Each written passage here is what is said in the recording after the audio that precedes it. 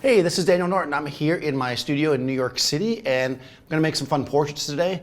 I'm actually going to do something with backlighting. This is a kind of a technique that I usually use outside, but I decided to build it in here to kind of show you guys how it works out, and it involves kind of controlling light and bouncing it. So for my son, in this case, I'm going to actually use a Profoto B1X, which I have up here on my stand.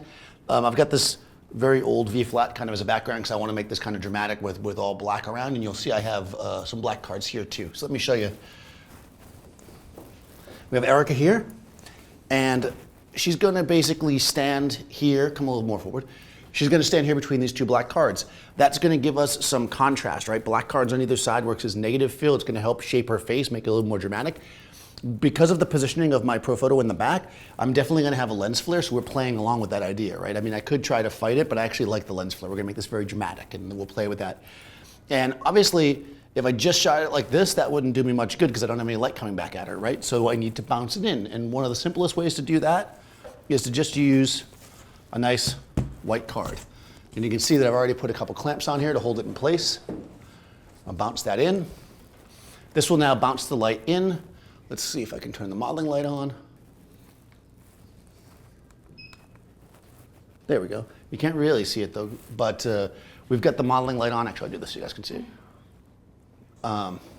So I can see where it's going to aim, bouncing off this card, giving her a nice light on her face, right? So let's see what that looks like. So I'm going to turn the modeling light off now, just to save battery.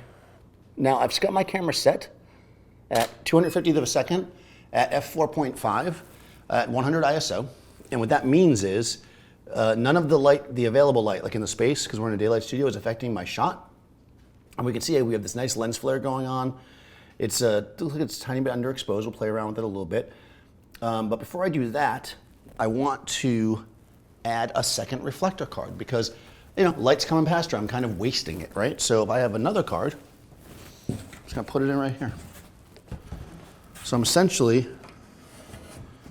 shooting through this. This is my shooting space here, right?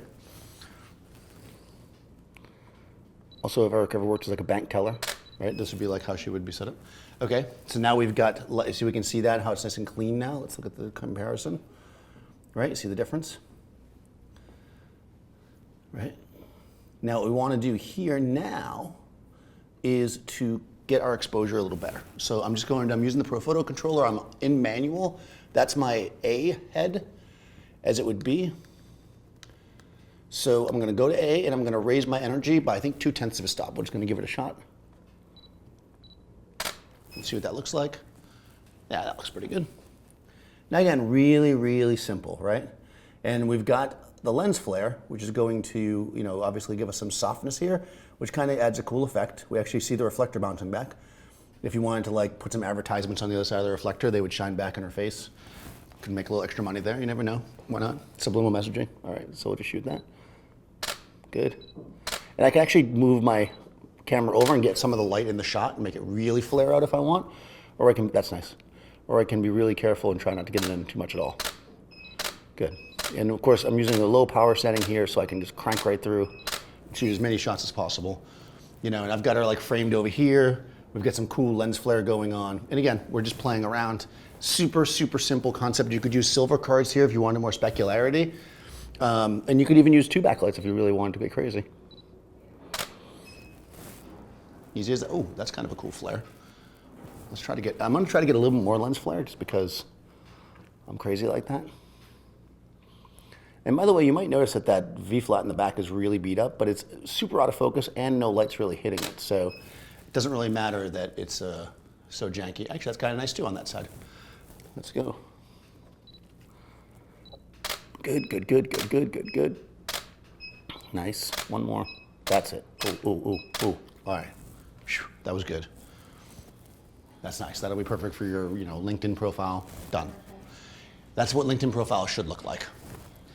Okay, so again, camera set. I didn't do it at the beginning to show you guys, but I'll do it now. If I turn off my flashes and I take a photo, we will get a black frame. None of the light in the space is affecting my shot here, right? So this is just set up to use the flash here. One Profoto light in the back. I used TTL originally to set up the shot, but now I'm using it in manual.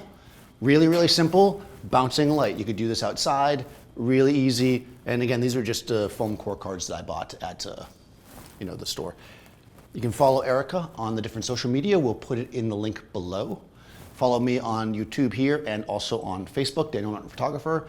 Be sure to follow Adorama TV, of course, and I'll see you next time on set.